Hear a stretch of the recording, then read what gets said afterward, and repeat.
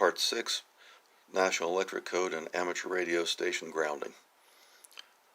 Firstly, back to Article 810. This is where the grounders hang their hat. Article covers antenna systems for amateur citizens band, blah blah blah. Coaxial cables that connect antennas to equipment shall comply with Article 820, which specifies mechanically how to install a grounding system. And the grounder hem says, yea, verily, there it is. That's all of every antenna system must be grounded, end of topic. No, it isn't. That's fine in and of itself.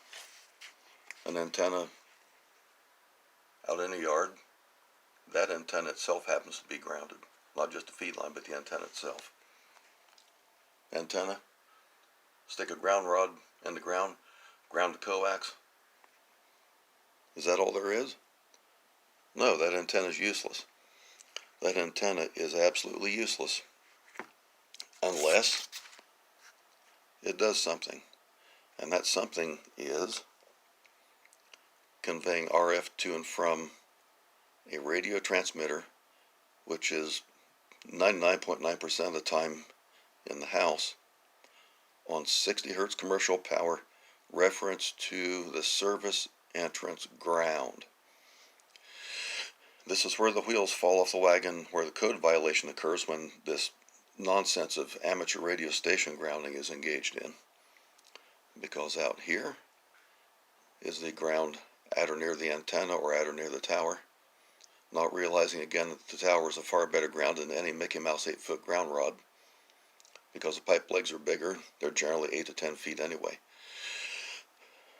They tend to become ground electrodes encased in concrete. But where this system violates the code is that there are two grounds connected together. There's a ground here at the radio where the power comes into radio. They're ground together by the feed line. Now again, I mentioned before a ham near me who made the mistake of doing this. He separated these grounds by about 100, maybe 110 feet. And lightning hit the yard somewhere just this side of the ground rod. And what that did was generated an extremely high current through the ground. The ground has resistance. That resistance deposited a huge voltage between this ground and that one. And guess what's happily waiting to be fried right in between them? Yeah, the radio transceiver. And again, back to the idea of the antenna being a better lightning rod than a lightning rod. Here's a happy conduit called a feed line, which is specifically designed, pardon my cough, specifically designed to convey RF at very high frequencies, and lightning again is RF, it's not DC. So the typical electrician's understanding or hobbyist understanding of 60 hertz in DC has no application to lightning. That's high speed, high powered transients. What the grounder does not stop to do is, when going to Article 800 and considering grounding antenna systems, and again, this article hinges on separately derived power for radio and TV distribution systems, CATV distribution systems. And recall this diagram up in the front of Article 800. Pardon me while the camera waves around a bit. Remember this diagram. That diagram is what's violated by doing this. Those bonding conductor, two ground rods 100 feet apart, connected by a piece of wire, are not bonded together. That wire is a big inductor.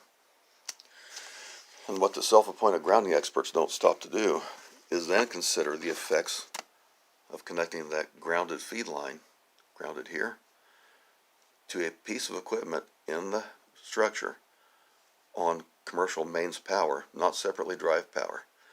Meaning that this antenna system is not part of a separately derived power system, it's part of the house. Critical distinction.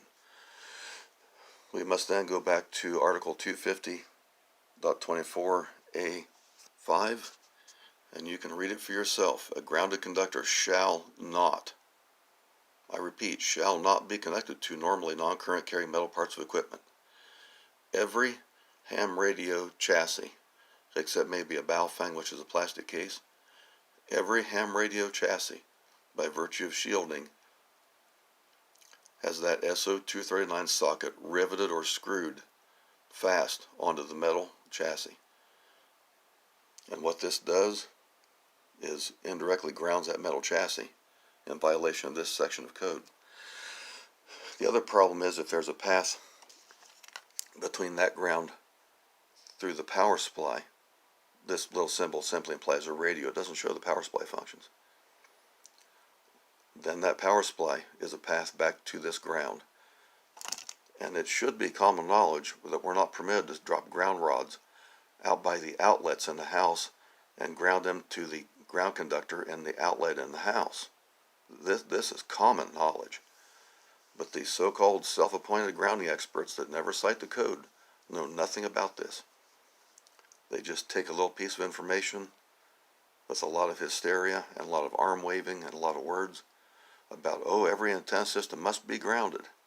Yeah, until that is connected to a radio transceiver and causes another code violation. Speaking of the ground wire and why it generates high voltages, as a little practice for you maybe, here's the equation for calculating inductance of a ground wire. This is from, I forget if it's from Groves or Rosa, one of the old National Bureau of Standards books.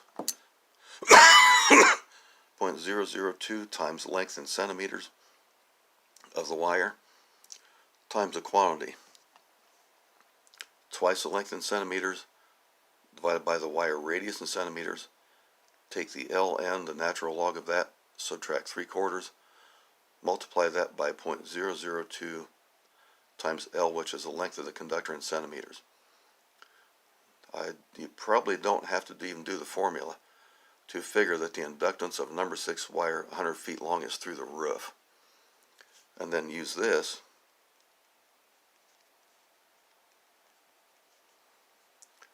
pi FL for F, put in a megahertz or two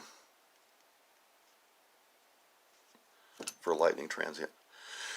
We can put in upwards of 7 or 8 because that matches the noise distribution on HF, and most of that's lightning discharge. Then figure the inductive reactance to that 100 foot of wire. It's off the charts. And then put that in parallel with that ground resistance of several hundred ohms. Then try to pass a couple 1,000 amp transient through it. See what kind of voltages come up across those wires.